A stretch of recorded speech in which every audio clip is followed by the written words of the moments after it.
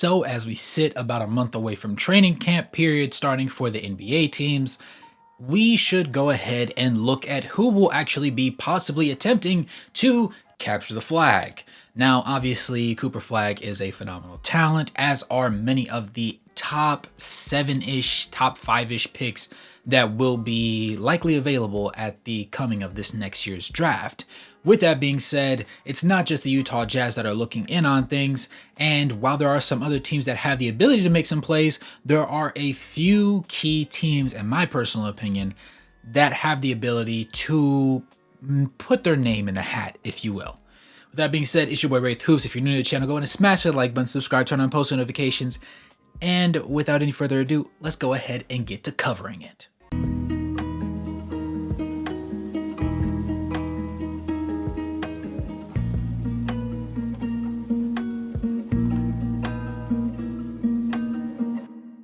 So many people feel like since the Utah Jazz were able to keep Lauri Markkanen, they're going to be too good to, win the sweepstakes, which I strongly disagree with. For example, the fact that the last 21 games of the season, Lauri Markkanen was battling injuries or something of the sort, of course, and only played in 4 of those last 21 games. I'm not going to say that he's going to be playing a significantly less number than the 50 plus that he played last year, but I would not be surprised if he played in that similar ballpark, meaning he could potentially sit out on a couple back-to-backs or games where we have the ability to potentially lead or win them more so.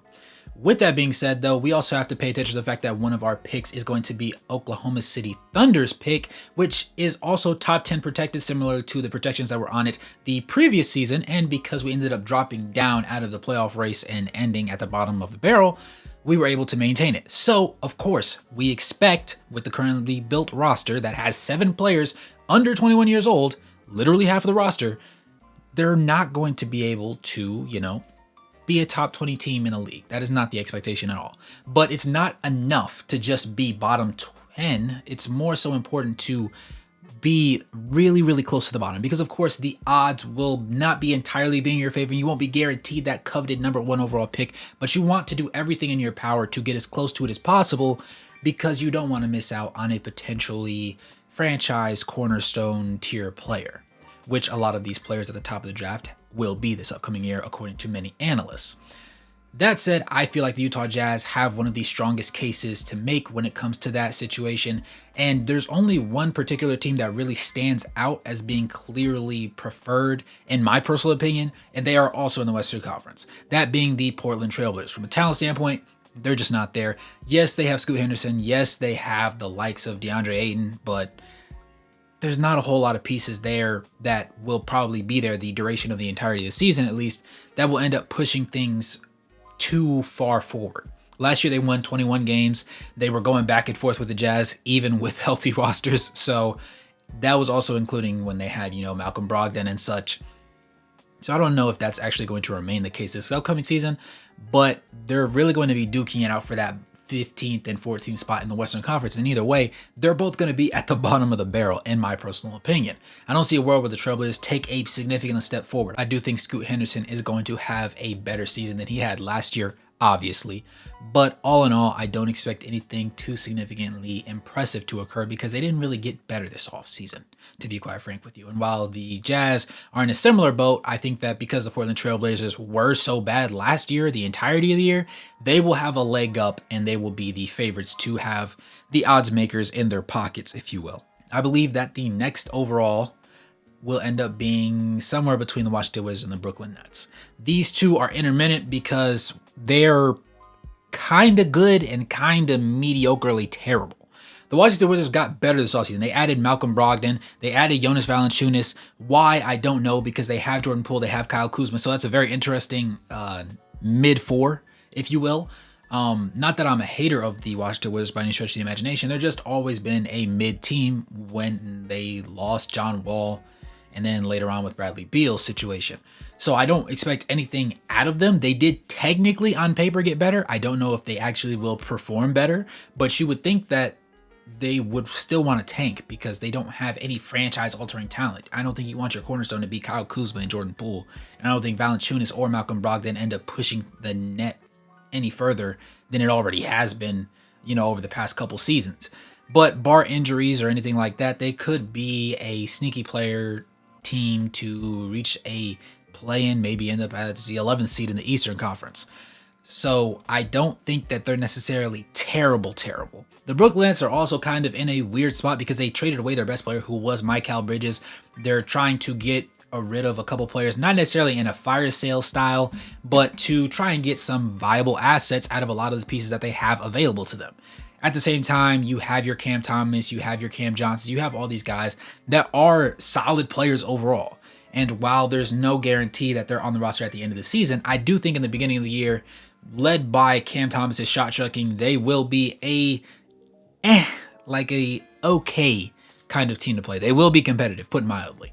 They also are a little bit older than the Utah Jazz are and have a little bit more NBA experience, so I don't think they're going to sit there and just be completely garbage and win, 20 to 24 games this upcoming year. Could they win like 30 to 34-ish? I think so. And for that reason, I don't think that they're beneath the Jazz. I think that they're a step above, and I definitely think they're above the Trailblazers from a talent standpoint alone, despite the fact that they traded away their best player this offseason.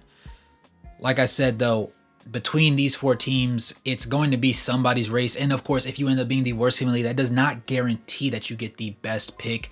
We've seen the Wizards experience it. We've seen the Pistons experience it. We've seen quite a few teams go through those trials and tribulations. But nevertheless, it does give you a higher opportunity and a higher chance to make that happen. I think that some other teams that could be sneaky, depending on how things go, the Detroit Pistons, as I just mentioned, they're better than they were. They've made some additions this offseason. They will be a decent team. They could be a play-in team. They could be an 8th seed.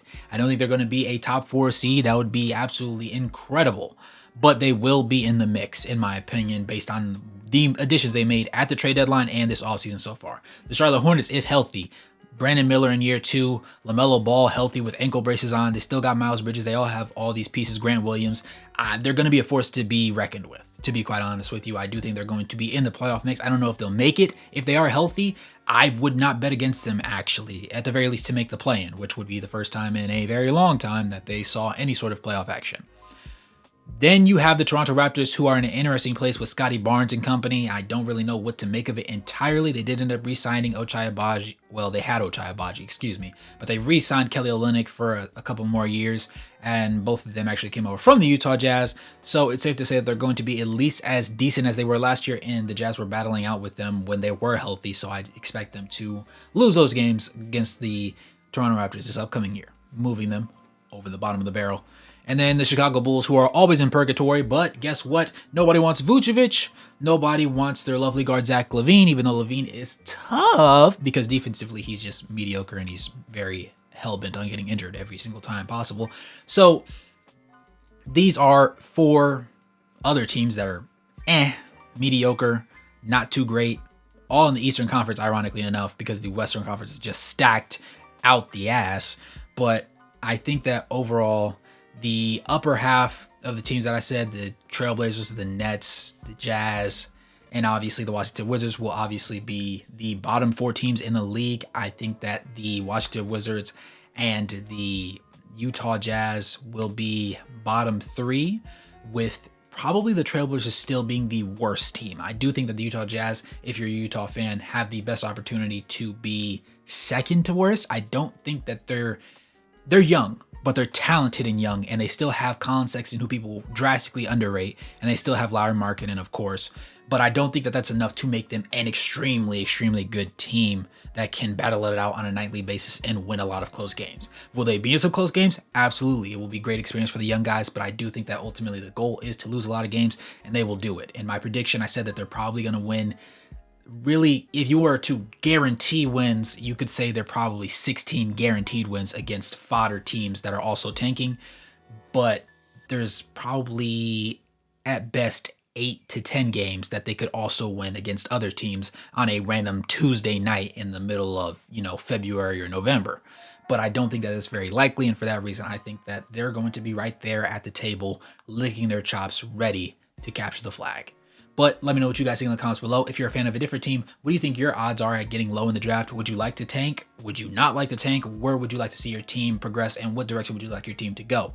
If you have any topic ideas, go ahead and drop them in the comments below. As always, it's your boy Wraith Hoops. Thanks for tuning in this video. Go ahead and smash that like button, subscribe, turn on post notifications, drop a donation, or become a member of the channel to get the videos faster than anybody else and help support the content. With that being said, as always, good morning, good evening, and good night, no matter where you're on the globe watching. Thanks for tuning in, and I'll catch you guys in the next one. Peace.